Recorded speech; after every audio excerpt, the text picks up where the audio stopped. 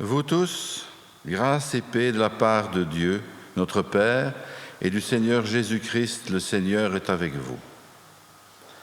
La semaine dernière, une petite lumière brillait et essayait d'emplir notre espérance et surtout de nous réveiller.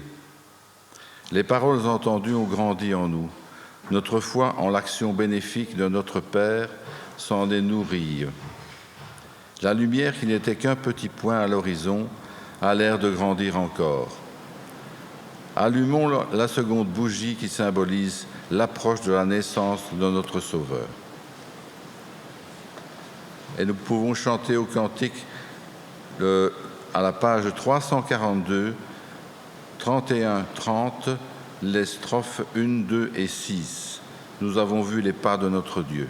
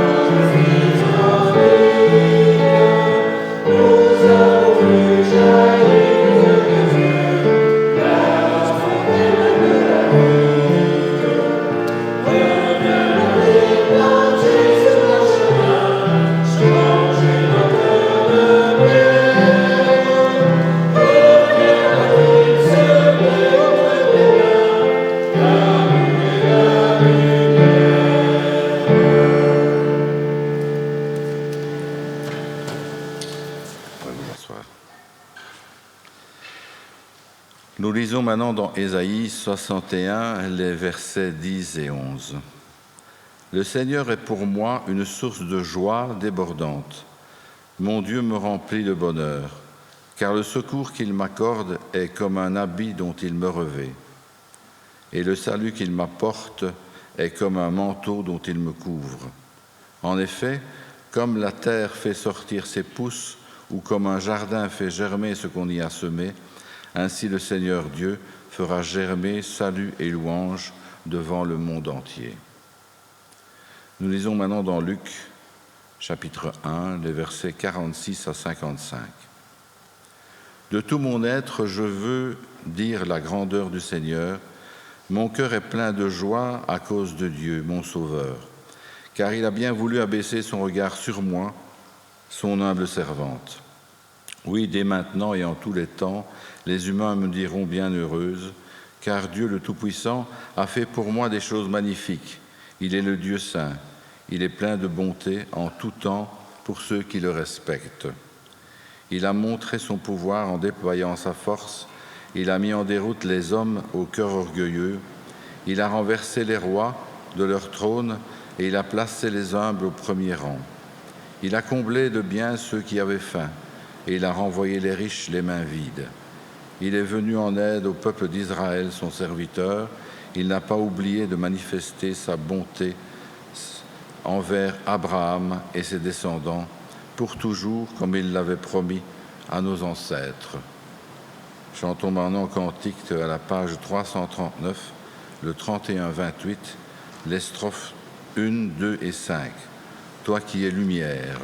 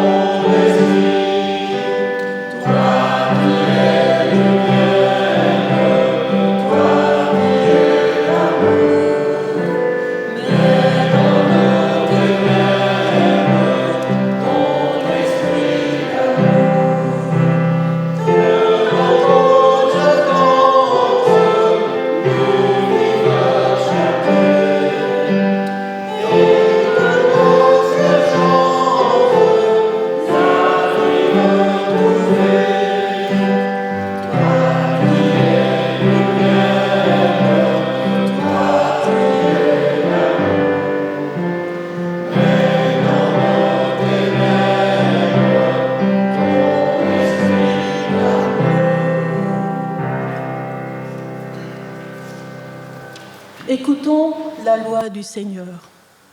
Ainsi parle le Seigneur. C'est en revenant à moi et en vous humiliant que vous serez sauvés. Pour nous préparer à la rencontre du Seigneur, faisons silence et que chacun s'examine lui-même devant Dieu.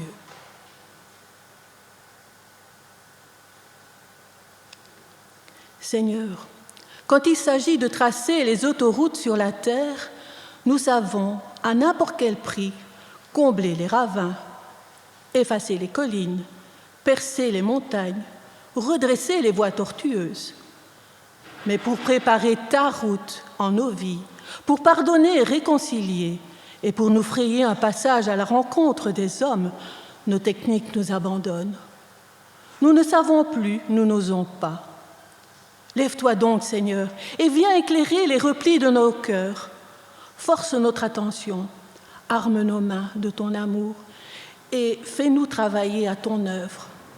Par Jésus-Christ, ton Fils, notre Sauveur, celui qui nous ouvre la voie vers toi pour toujours. Amen. L'amour de Dieu est sans limite, le pardon de Dieu est sans fin. Laissez derrière vous ce qui vous perturbe et acceptez l'amour sans limite de Dieu. Laissez derrière vous le fardeau de vos péchés et goûtez au pardon sans fin de Dieu. Que Dieu soit loué pour l'amour et le pardon qui sont nôtres en Jésus-Christ. Et nous poursuivons par le cantique de la page 188, le 12-13, les strophes 1, 2 et 4. Je chanterai le nom du Seigneur.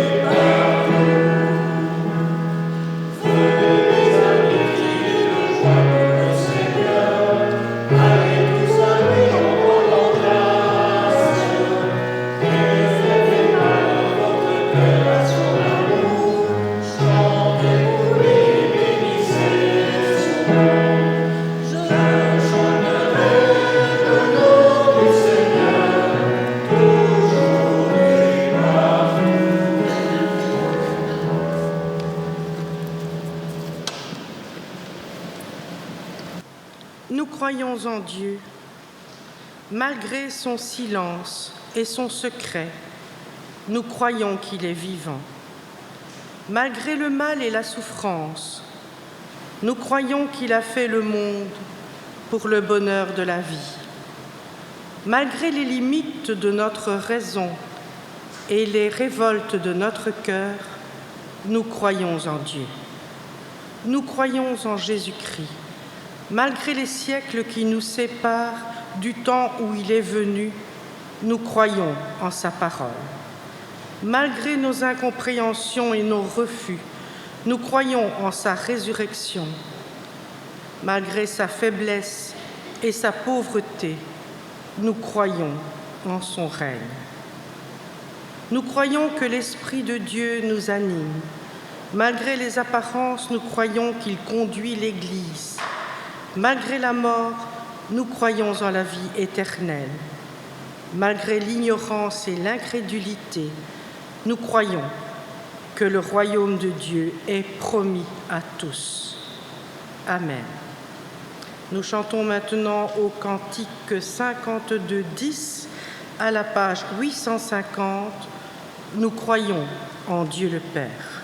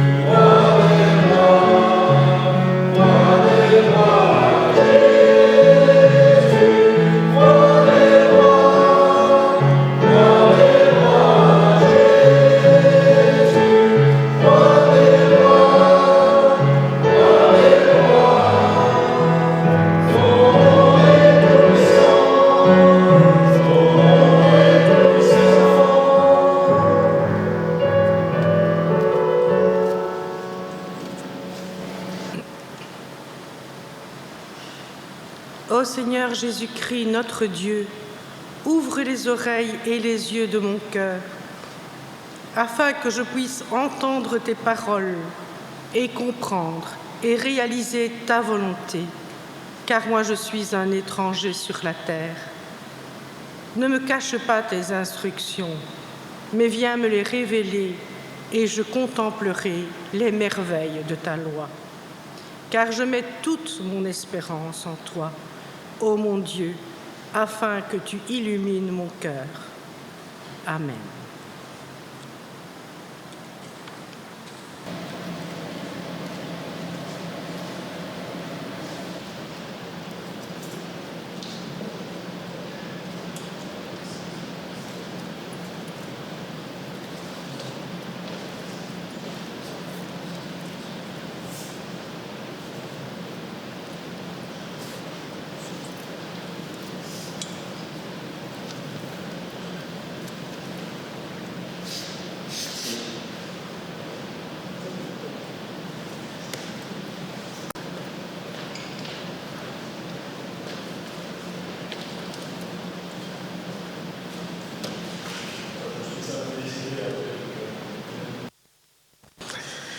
Voilà, mais d'abord un bonjour à toutes et à toutes.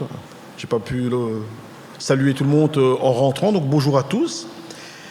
Et un grand merci tout d'abord au Consistoire pour nous avoir permis aujourd'hui de venir ici parmi vous pour faire ce culte et pour vous parler un petit peu de l'Église persécutée. Alors avant d'entamer tout ça, faire un petit historique de qui est Portes Ouvertes. Donc, Sandra et moi, nous fréquentons l'église de Petit-Ouai, mais nous sommes bénévoles pour cette association, cette mission qui vient en aide à l'église persécutée dans le monde. Et donc, cette mission s'appelle Portes ouvertes. Cette mission, elle est née il y a 70 ans. C'est son anniversaire cette année, en 2025. Elle est née donc en 1955, de la vision d'un homme, Anne van der Bey. C'est un Hollandais. Il est mieux connu sous le nom de Frère André. Donc on est en 1955 et cet homme, il était invité à aller à Varsovie, qui à l'époque était un pays communiste. Pour les plus anciens, on s'en souvient, qui a ce rideau de fer. Et il va se rendre compte que l'Église, là-bas, elle est persécutée. Elle est en manque de tout. Elle est en manque de Bible. Elle est découragée, totalement découragée. Et cet homme, il va avoir sur le cœur d'aller les aider. Il va voir ce verset dans Apocalypse 3.2 qui dit « Affermis le reste qui est sur le point de mourir ». Et cet homme seul, il va devenir ce qu'on va appeler le contrebandier de Dieu. Avec une petite coccinelle bleue qui va remplir de Bibles, il va aller dans tous ces pays communistes pour aller livrer ces Bibles, pour aller encourager, pour aller prier avec ses frères et sœurs. Et ce contrebandier, il va faire une prière qui est magnifique et un petit peu surprenante. Il va dire, chaque fois qu'il va passer les douanes, parce qu'à l'époque, il y a encore des douanes, on lui demande déjà si il a en sa possession de la drogue, des armes, des Bibles, et il va faire cette fameuse prière du contrebandier. Il va dire, Seigneur, toi qui as permis, quand tu étais sur terre, à ouvrir les yeux des aveugles, moi je te demande de fermer les yeux de ces douaniers pendant que je passe les douanes. Et miraculeusement, il va réussir à passer comme ça et aller encourager ses frères et ses sœurs et leur livrer des Bibles. Cette mission, elle a évolué. Le rideau de fer est tombé. Tous ces pays communistes du bloc de l'Est, ils ont retrouvé la liberté, la possibilité d'avoir des Bibles, la possibilité de se réunir sans contrainte. Le communisme ne les combat plus. Mais, comme vous le savez, l'actualité se charge régulièrement de nous rappeler que nous avons des frères et sœurs en terre de persécution dans plein de pays dans le monde où le simple fait d'être chrétien, vous êtes persécuté. C'est la seule chose que l'on vous reproche, c'est d'avoir donné votre vie à Jésus. Et donc aujourd'hui, Portes ouvertes vient en aide à plus ou moins 70 pays dans le monde entier. Et cette aide, elle va de la livraison de Bibles à l'encouragement. C'est des aides post-traumatiques également, quand il y a des conflits, comme on peut voir dans certains pays, ou bien au Nigeria, où on kidnappe des gens, des chrétiens, on viole. Il y a aussi des soutiens post-traumatiques qui sont mis en œuvre. Il y a également des aides juridiques. Donc, l'aide aujourd'hui, elle est vaste pour tous nos frères et sœurs persécutés dans le monde. Également, Portes ouvertes travaille toujours avec les chrétiens locaux. C'est toujours eux qui nous disent « nous avons besoin de ceci ou de cela » et c'est eux qui vont mettre en œuvre ce qu'ils demandent parce qu'ils connaissent leur pays mieux que nous le connaissons et ils savent ce qu'il faut faire. Évidemment, les contextes sont différents d'un pays à l'autre. Il y a des pays où la persécution est plus légère et d'autres beaucoup plus importante. Ça va de la simple discrimination à l'école, au travail, jusqu'à des viols, des emprisonnements, ou même des meurtres, des kidnappings. Pour vous donner un chiffre, dans le monde, c'est 1 chrétien sur 7 qui est persécuté en raison de sa foi. 1 sur 7. Donc on peut s'imaginer, ici, si on était une représentation de l'Église universelle, 1 personne sur 7 persécutée uniquement parce qu'il est chrétien. C'est la seule chose qu'on peut lui reprocher. Et donc, Portes ouvertes essaie également de conscientiser les églises en Europe, dans les pays libres, pour qu'ils prient pour leurs frères et sœurs, pour qu'ils les soutiennent d'une manière ou d'une autre. Mais déjà, la prière, c'est le plus important de ce qu'on puisse faire. C'est le bras de Dieu que nous pouvons enclencher. Et tous les ans, Portes ouvertes organise un DEP. DEP, ça signifie simplement dimanche de l'église persécutée. Ça a commencé le 9 novembre et un peu partout, ici par exemple c'est le 7 décembre, on va un petit peu se mettre à l'écoute de ce que l'Église persécutée a à nous dire. Le thème de cette année, jusqu'ici, l'Éternel nous a secourus. C'est le thème de cette année, on retrouve ça dans 1 Samuel 7, verset 12. En tout cas, il fait chaud ici. C'est une église où il fait très chaud.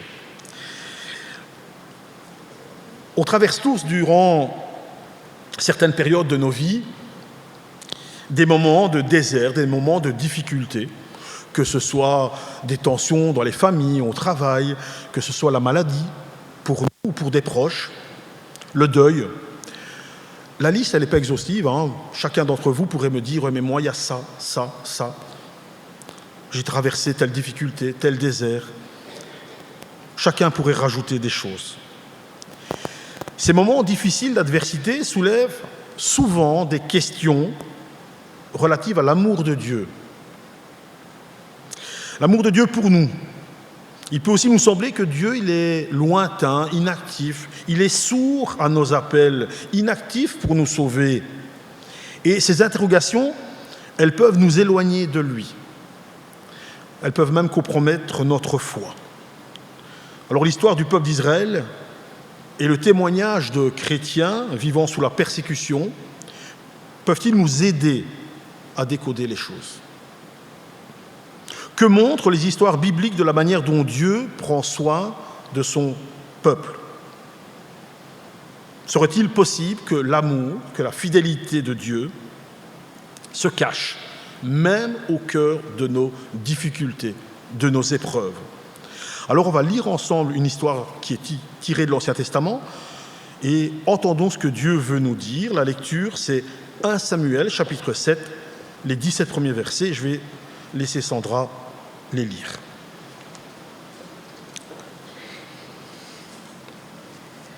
Les habitants de Kiriath Yéarim vinrent et firent monter l'arche de l'Éternel chez eux. Ils la conduisirent dans la maison d'Aminadab, sur la colline, et ils consacrèrent son fils Éléazar pour la garder. Il s'était passé bien du temps depuis le jour où l'arche avait été déposée à Kiriath Yéarim. 20 années avaient passé. Alors, toute la communauté d'Israël poussa des gémissements vers l'Éternel. Samuel dit à toute la communauté d'Israël, « Si c'est de tout votre cœur que vous revenez à l'Éternel, enlevez du milieu de vous les dieux étrangers et les astartès. Dirigez votre cœur vers l'Éternel et servez-le lui seul. Il vous délivrera alors de l'oppression des Philistins. » Les Israélites enlevèrent du milieu d'eux les Baals et les Astartés, et ils servirent l'Éternel seul. Samuel dit, « Rassemblez tout Israël à Mitzpa, et je prierai l'Éternel pour vous. » Et ils se rassemblèrent à Mitzpa. Ils puisèrent de l'eau et la versèrent devant l'Éternel. Et ils jeûnèrent ce jour-là en disant, « Nous avons péché contre l'Éternel. » Samuel jugea les Israélites à Mitzpa. Les Philistins apprirent que les Israélites s'étaient rassemblés à Mitzpa, et les princes des Philistins montèrent pour attaquer Israël. À cette nouvelle, les Israélites eurent peur des Philistins, et ils dirent à Samuel, « N'arrête pas de crier pour nous à l'Éternel, notre Dieu, afin qu'il nous sauve de la domination des Philistins. » Samuel prit un tout jeune agneau et l'offrit tout entier en holocauste à l'Éternel. Il cria à l'Éternel pour Israël, et l'Éternel l'exauça. Pendant que Samuel offrait l'holocauste, les Philistins s'approchèrent pour attaquer Israël. L'Éternel fit gronder ce jour-là son tonnerre sur les Philistins et les mit en déroute. Ils furent battus devant Israël. Les hommes d'Israël sortirent de Mitzpa, poursuivirent les Philistins et les battirent jusqu'au-dessous de Beth-Kar. Samuel prit une pierre qu'il plaça entre Mitzpa et Shen et il appela Eben-Ezer en disant « Jusqu'ici, l'Éternel nous a secourus. » Ainsi les Philistins furent humiliés et ils ne vinrent plus sur le territoire d'Israël. La main de l'Éternel fut contre les Philistins pendant toute la vie de Samuel. Les villes que les Philistins avaient prises à Israël retournèrent à Israël, depuis Écron jusqu'à Gath, avec leur territoire. Israël les arracha à la domination des Philistins. Il y eut aussi paix entre Israël et les Amoréens. Samuel fut juge en Israël pendant toute sa vie. Il allait chaque année faire le tour de Béthel, de Gilgal et de Mitzpa, et il jugeait Israël dans toutes ses villes. Puis il revenait à Rama, où se trouvait sa maison. Il y jugeait Israël et il construisit là un autel en l'honneur de l'Éternel.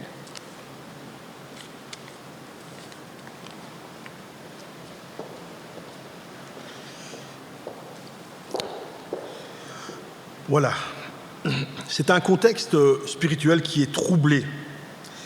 Cette histoire, elle se déroule dans un contexte donc, qui est très difficile de l'histoire du peuple d'Israël. Elle clôture la période des juges qui est racontée dans le livre éponyme un tout petit peu avant. Entre donc, Samuel et Juges, on a juste ce petit livre de Ruth, et donc on a toute cette histoire qui est racontée. D'abord, Israël s'éloigne de Dieu et il adopte les idoles des peuples voisins. Et puis, cet éloignement empêche en fait la bénédiction et la protection de Dieu. Les ennemis d'Israël peuvent alors prendre le dessus et maltraiter le peuple de Dieu.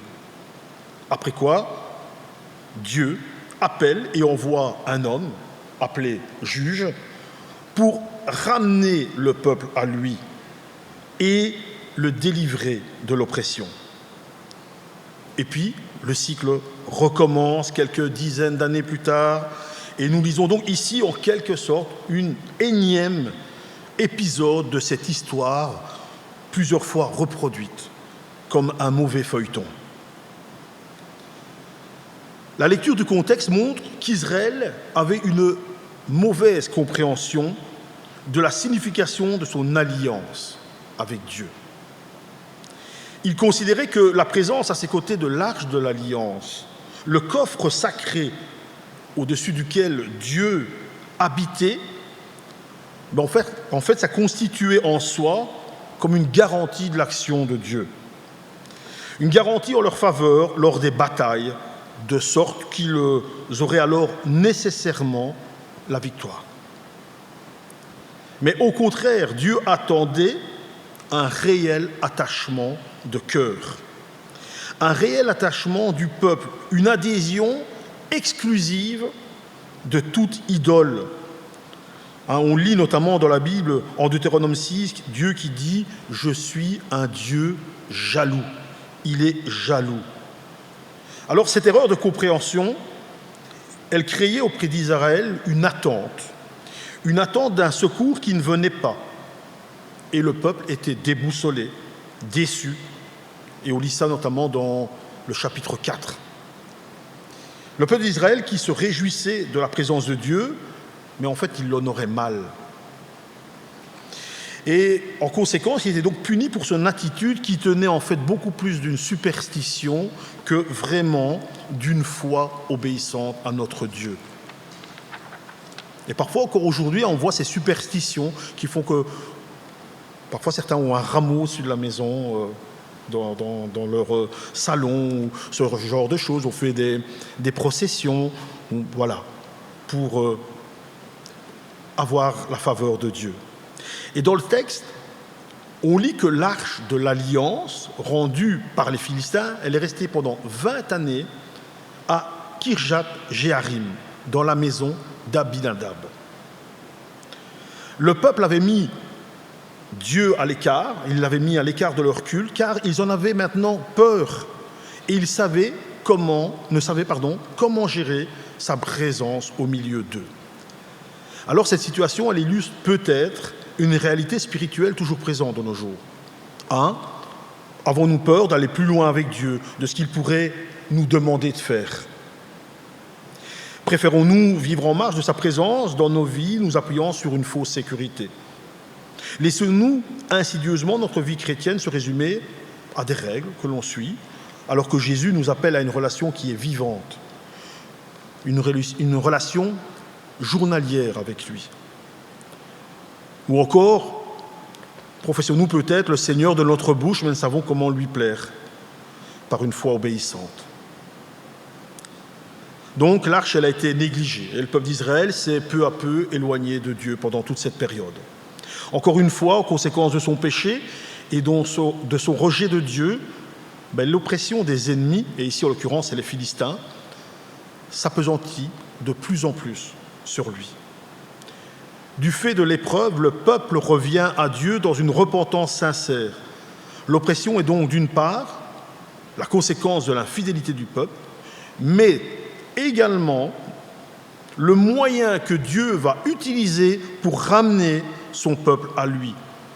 Il change le mal en bien, il change la malédiction en bénédiction. De même, de nombreuses histoires de chrétiens persécutés dans le monde témoignent de cette réalité. Mais enfin, ici, je fais quand même une parenthèse, sans que ici ce soit dû à nécessairement des péchés ou qu'ils se soient éloignés de Dieu, mais ils passent par ces épreuves. Lorsque les choses vont mal, ils sont naturellement réfugiés, rapprochés de notre Seigneur. Et cette nouvelle intimité avec Dieu, elle se prolonge au-delà de l'épreuve, de sorte que les difficultés, les persécutions leur sont finalement profitables. Un peu comme là, Dieu peut changer le mal en bien, il peut changer la malédiction en bénédiction. Et ici, on va entendre un témoignage d'un frère, et je vais laisser Sandra nous dire ce témoignage. Je vous partage le témoignage d'Omar, qui est pasteur dans le nord du Mozambique et qui a vécu vraiment la présence de Jésus au cœur de son épreuve. Avec sa femme, il est appelé à servir dans une petite ville du nord où il n'y avait aucune église. Le couple partage la bonne nouvelle autour d'eux et petit à petit, le nombre de personnes venant chez eux commence à augmenter et ils deviennent chrétiens. C'est à ce moment-là que les persécutions commencent. Les convertis sont chassés de chez eux, certains sont rejetés par leur propre famille. Et Omar commence à être menacé et pris à partie. Mais Dieu lui porte secours. Il continue son ministère, qui grandit de plus en plus. Beaucoup de gens sont ouverts à l'Évangile et vont jusqu'à prendre leur baptême. La pression augmente. Omar devient une cible. Un jour, un groupe d'extrémistes viennent le menacer à son domicile. Ils portent contre lui de fausses accusations, ils l'attaquent, l'immobilise, le ligote, l'attache avec des câbles et des cordes. Omar se retrouve allongé par terre. Il voit un de ses assaillants avec un grand bâton, déterminé à le tuer, qui lui dit qu'il veut le tuer à ce moment-là. Et Omar se rapproche de Dieu et il se souvient des paroles que Jésus a prononcées. « Et voici, je suis avec toi tous les jours jusqu'à la fin du monde. » Il sent au fond de lui une présence, il se sent assuré, rassuré. Il relève la tête et il aperçoit des bottes militaires. C'est la police qui est arrivée exactement au moment fatidique. S'ils étaient venus un peu plus tard, raconte Omar, j'étais mort. Ses assaillants se sont enfuis. Après cette persécution, Omar et sa famille doivent déménager et vivre dans une autre ville. Ils se tournent alors vers Dieu pour savoir s'ils doivent continuer leur ministère. Omar nous a confié, nous avons senti que le Seigneur Jésus nous voulait ici, dans cette région, pour servir les disciples et le corps de Christ, mais aussi pour être la voix de ceux qui sont persécutés pour leur foi. L'intervention de Dieu qui l'a protégé de la mort a renforcé la foi d'Omar. Et Omar décide de revenir et de continuer sa mission. Aujourd'hui encore, il continue de partager l'Évangile, de former d'autres chrétiens et de soutenir ses frères et sœurs persécutés.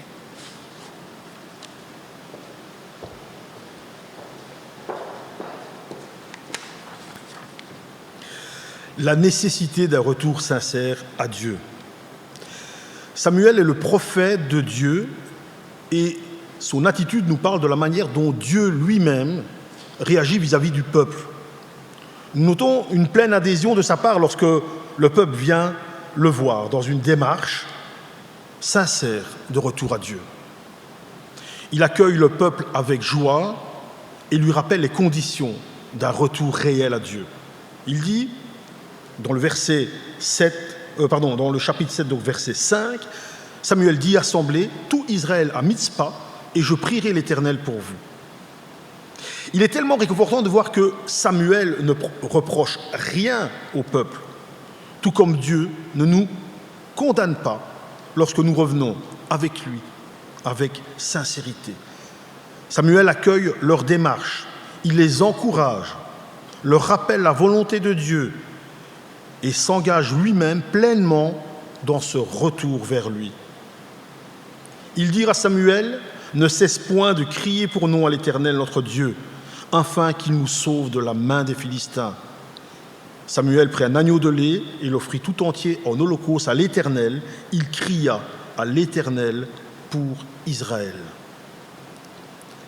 Les paroles de Samuel, elles montrent la nécessité d'une démarche sincère. Il parle de la réalité profonde du cœur des personnes qui souhaitent revenir à Dieu.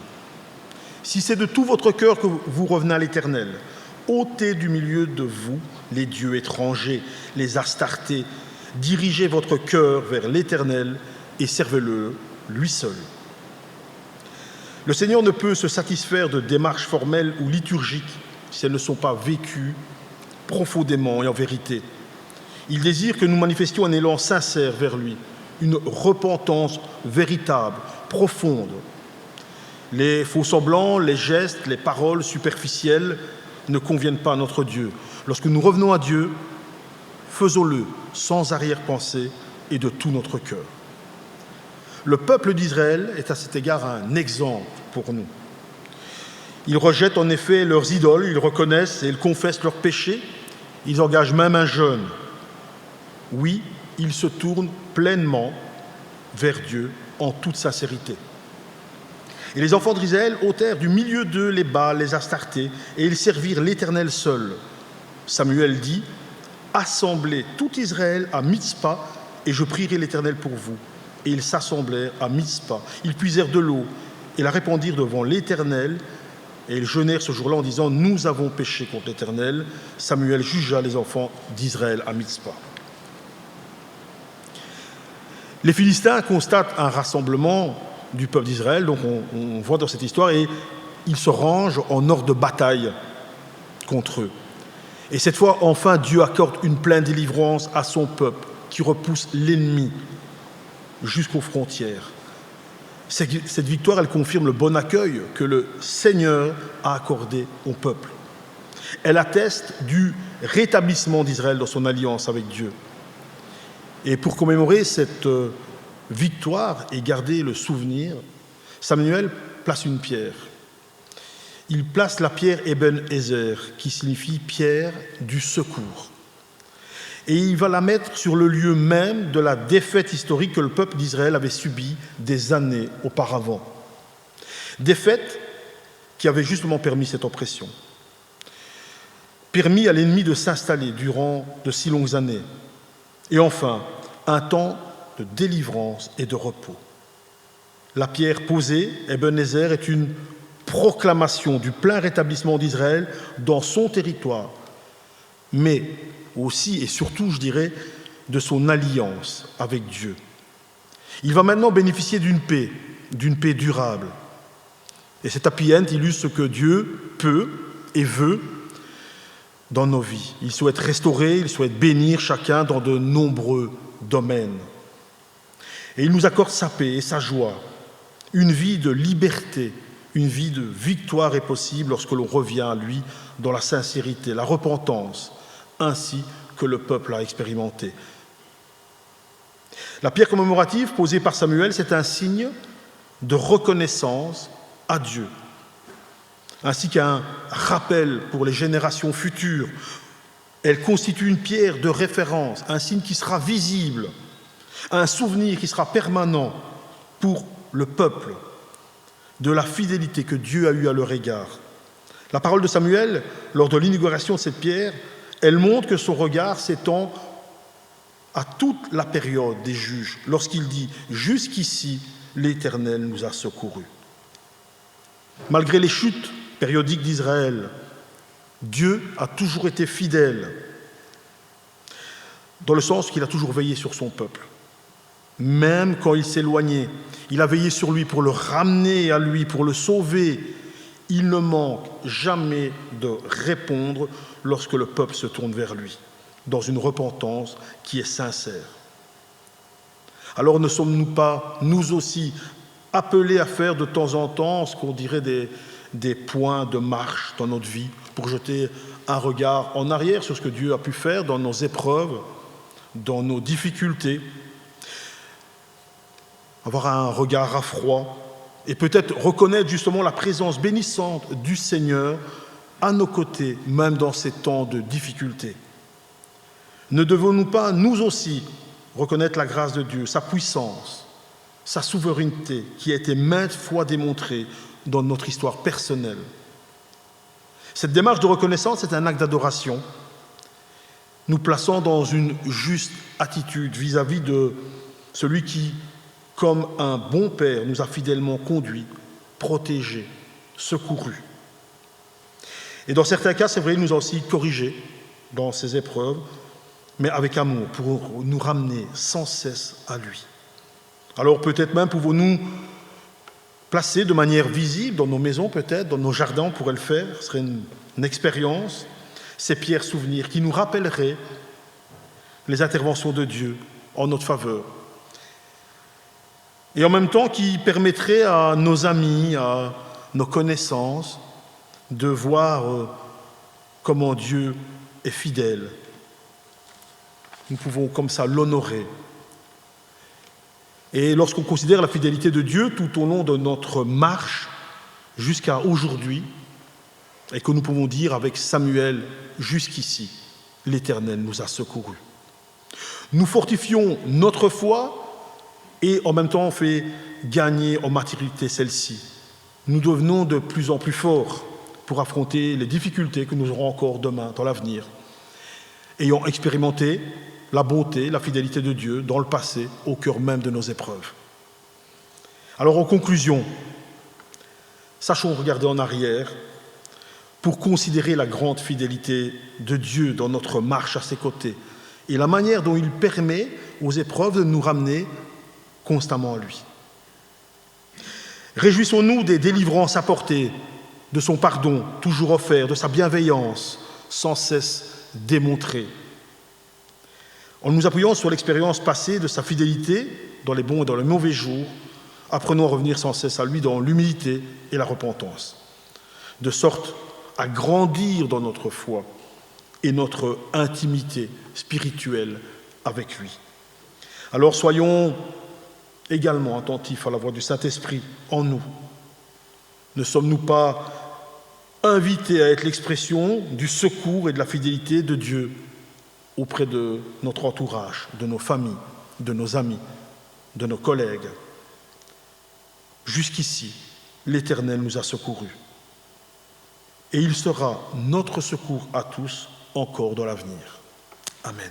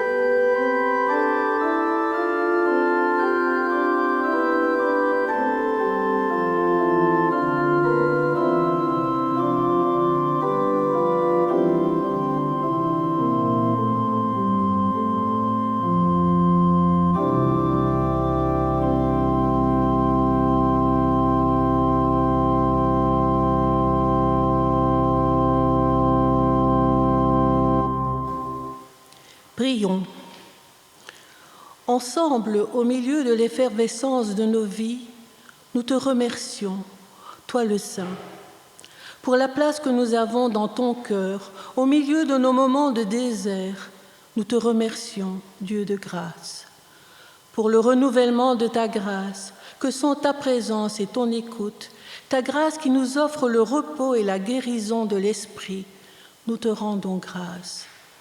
Pour la reconnaissance de ton amour envers nous, comme envers tous, une flamme d'espérance dans la brièveté des jours et la longueur des nuits de l'Avent. Nous te rendons grâce, Dieu. Nous prions pour tous ceux et celles qui confrontent des problèmes en apparence insurmontables, victimes de l'oppression, du chômage, de l'isolement, de la maladie ou du deuil. Guide-nous sur tes chemins de justice et de paix. Nous prions pour tous ceux et celles qui redoutent cette période de l'année à cause de la pauvreté, des souvenirs ou des pressions sociales. Accorde-nous que nos prières jaillissent du cœur et s'expriment en actes au nom du Christ et à continuer d'espérer en ton amour toujours entier. Amen. Et nous poursuivons par le cantique de la page 875, les strophes 1 et 2, le cantique 54-01, Allumez la lumière.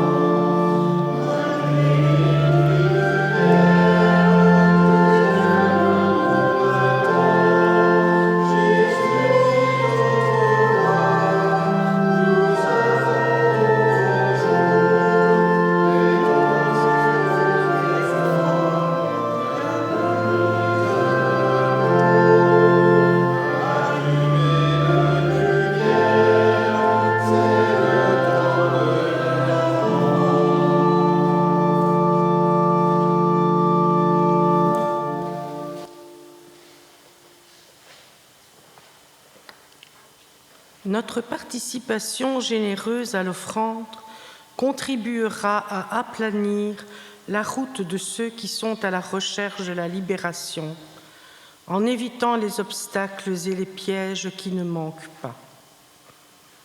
Prière. Seigneur, nous ne pouvons jamais offrir que des biens venus de toi. Reçois-les dans ton amour et féconde l'usage qui en sera fait pour manifester ta justice et ton amour. Seigneur, tu as envoyé tes serviteurs préparer et annoncer la venue de ton Fils. Nous t'en prions, donne au témoignage de ton Église force et autorité, afin que partout la joie se répande et que la bonne nouvelle soit annoncée aux humbles par Jésus-Christ, ton Fils unique, notre Sauveur.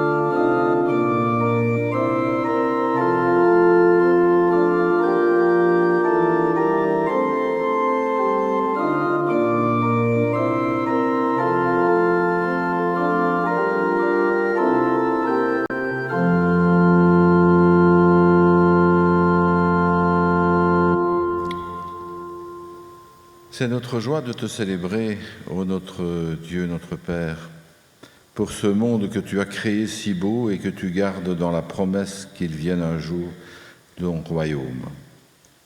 Et pour ton Fils Jésus-Christ, notre Seigneur, né de notre chair, baptisé, tenté, transfiguré, condamné, crucifié, ressuscité d'entre les morts, élevé dans la gloire.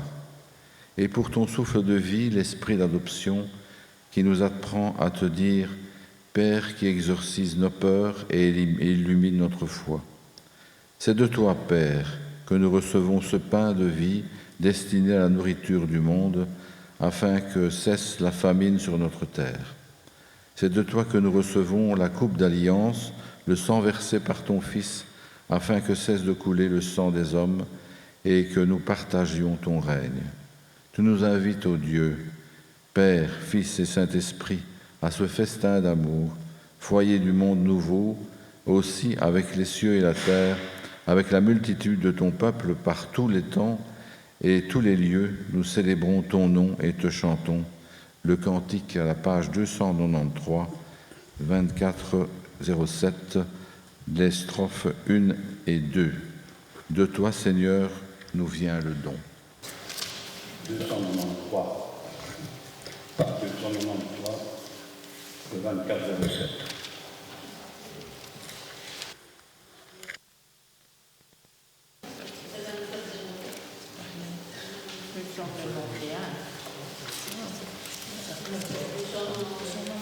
C'est quoi le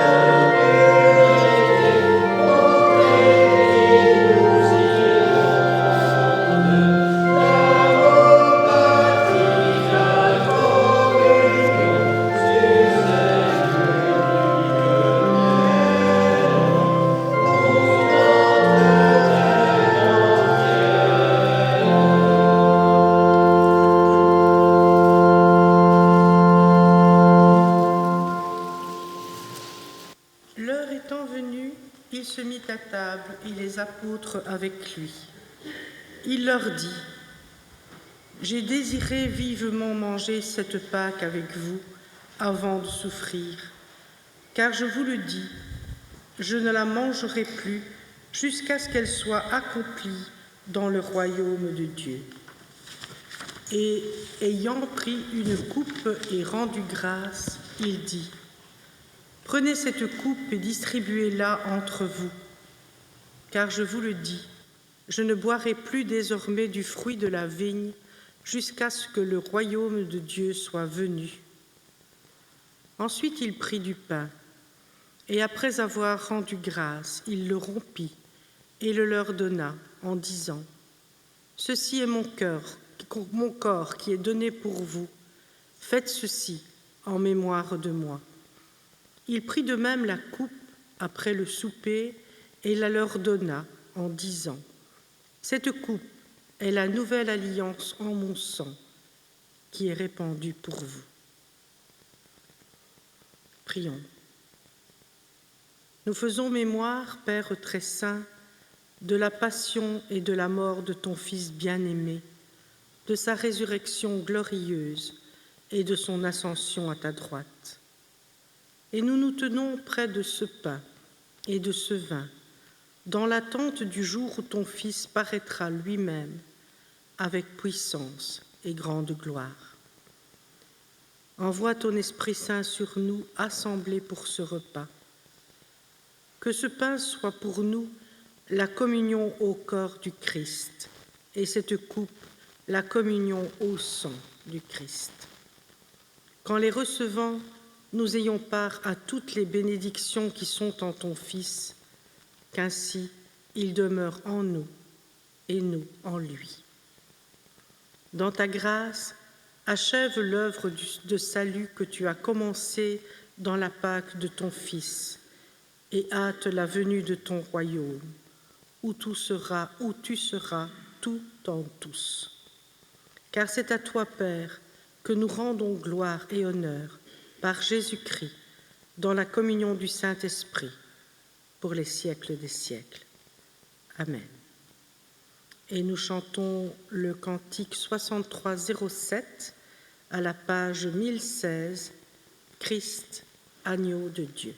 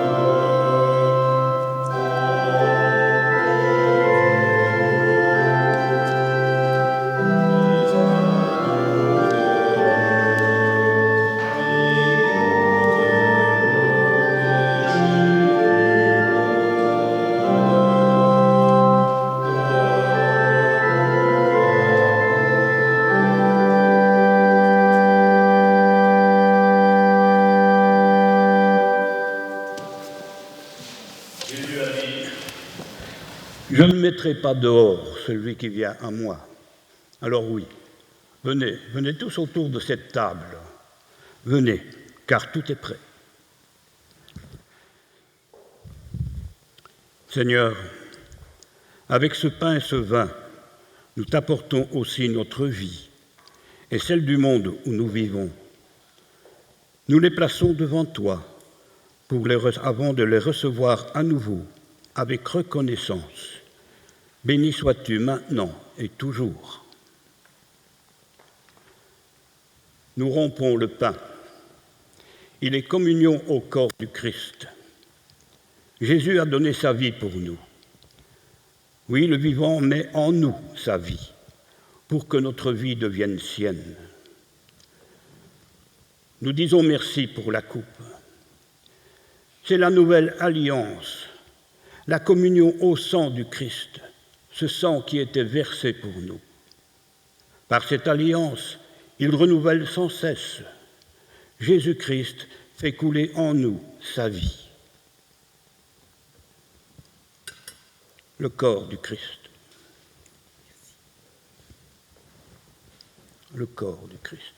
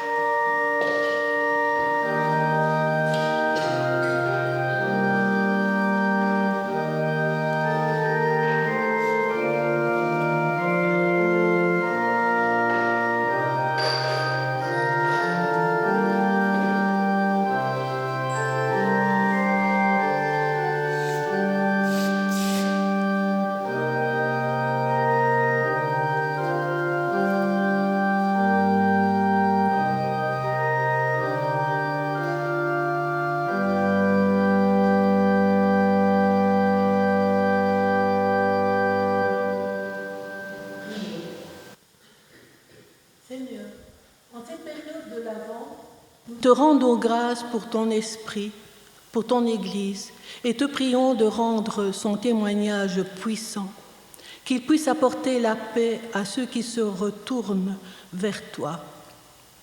Rends-la humble et disponible, fidèle dans l'obéissance, inébranlable dans la foi. Seigneur, fais-nous porter les fruits de l'Esprit. Rends plus ardent notre désir de te servir, notre intérêt pour ta parole, notre joie de communier en toi. Donne à notre Église d'être de plus en plus une communauté vivante et fraternelle, où tous se sachent membres les uns des autres, de telle sorte que les nouveaux venus s'y voient accueillis comme des frères, que les faibles soient soutenus et que tous ensemble, nous nous réjouissons dans une commune assurance de ton pardon et dans l'attente de ton règne. Nous te prions pour tous ceux de notre communauté et d'ailleurs qui sont seuls, tristes, malades, affligés. Prends-les sous ta garde, sois leur consolateur, l'ami dont ils ont besoin pour continuer leur route. Nous te confions les jeunes pour qu'à la lumière de ta parole, ils découvrent un sens à leur vie. Aide-les à se forger des convictions personnelles qui leur permettent de tenir ferme dans la foi et de te rester fidèles. Nous te présentons tous ceux qui, à travers le monde, ont à souffrir pour ton nom. Apprends-nous à nous unir à eux dans leurs épreuves, comme les membres du corps sont unis entre eux. Soutiens-les par ton esprit, donne-leur de s'appuyer sur tes promesses, renouvelle leur force, arme-les de ta patience, abrège l'épreuve de leur foi.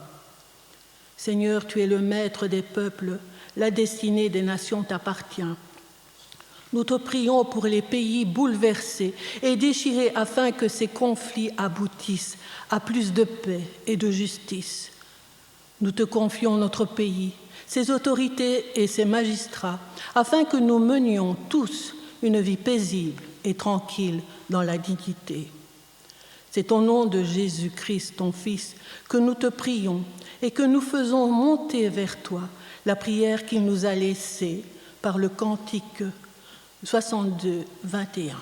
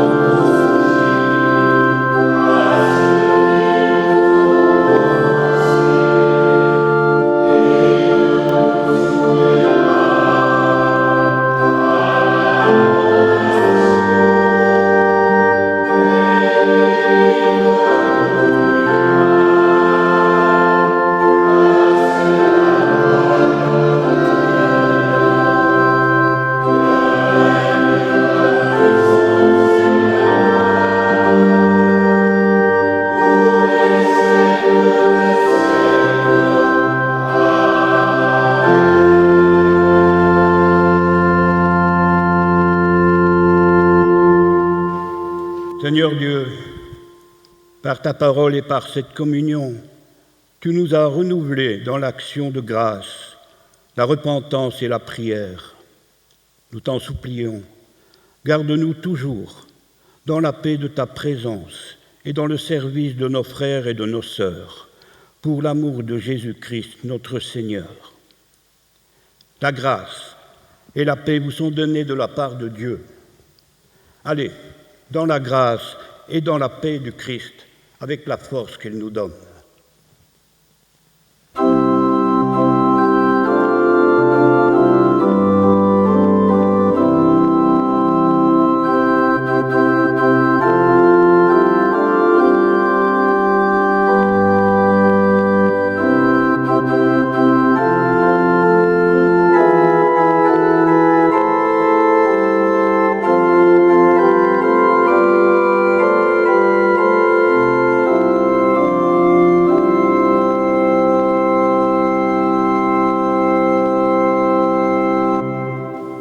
D'abord, je voulais remercier Jérôme et Sandra de nous avoir conduits dans cette magnifique prédication et ce petit rappel que nous ne sommes pas seuls au monde. Notre pasteur, il faut quand même qu'on nous en parle un peu, notre pasteur est souffrant. Il a une pneumonie assez sérieuse, donc il ne sait pas être parmi nous aujourd'hui. Il se soigne et nous nous renseignons et nous prenons soin de savoir où il en est pour l'instant. Mais il est toujours en contact avec nous, il envoie des mails et on lui répond.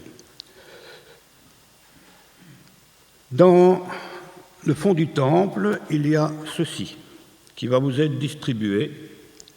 C'est la campagne de l'Avent 2025 qui se passe au Burundi. Donc, il vous sera distribué dans le fond du temple à la sortie. N'oubliez pas non plus qu'aujourd'hui, il y a le cep de Noël. C'est le dernier de l'année. Alors, quelques dates. En principe, je dis bien en principe, mais avec un point d'interrogation, la semaine prochaine, le 14 décembre à 14h, il y aurait une étude biblique, mais je crois qu'elle va être annulée, qui était sur le thème de comprendre la Trinité. Elle n'est vraisemblablement pas possible que le pasteur puisse la faire, donc elle sera reportée à une date ultérieure qu'on vous dira plus tard. Le 21 décembre, à 14h30, à 10h30, culte de Noël des enfants, culte de Noël festif des enfants. Avec eux, c'est toujours un peu plus relevé. Le 25 décembre, il y aura quand même un culte de Noël, et si le pasteur est absent, le consistoire assumera. Le 11 janvier 2026, à 15h, il y aura un culte festif à l'occasion du transfert de la présidence de l'EPUP. La pasteure Isabelle Blomart de Tavernier succédera au pasteur Stephen Feut au 1er janvier. Cette commémoration aura lieu, ce culte commémoratif, festif, c'est un au revoir quand même et un accueil, aura lieu à l'église du marché aux grains à Bruxelles. Ceux qui veulent aller peuvent demander, justement, on a des gens ici qui savent où c'est. Moi, sincèrement, je ne le sais pas. Donc. Alors, la reprise du catéchisme après les vacances de Noël se déroulera le 23 janvier à 17h. Et n'oublions pas qu'en mois de janvier, nous rentrons dans la semaine de l'unité des chrétiens et les dates sont déjà affichées sur le panneau, le premier panneau dans la salle et seront mieux affichées dans l'avenir. Voilà, je crois que j'ai terminé. Ah oui, pardon. Oh oui, ne pas l'oublier. Cette carte, dans le fond du temple, il y a une carte que vous signerez et que nous enverrions au pasteur pour lui souhaiter un prompt rétablissement. Donc signez-le tous comme ça, vous signez n'importe où, hein, il y a de la place pour tout le monde. Voilà. Elle est tout près des journaux de CEP. Alors, levez-vous pour recevoir l'exhortation et la bénédiction du Seigneur. Disons à nos frères l'amour dont notre Dieu nous comble. Allons préparer son chemin et aplanir la route pour la paix et la joie du Christ. Le Christ est avec nous aujourd'hui et toujours. Allez tous dans la paix du Christ. Amen. Et nous chantons de la page 346, le cantique 31-32, « Ils ont marché au pas des siècles ».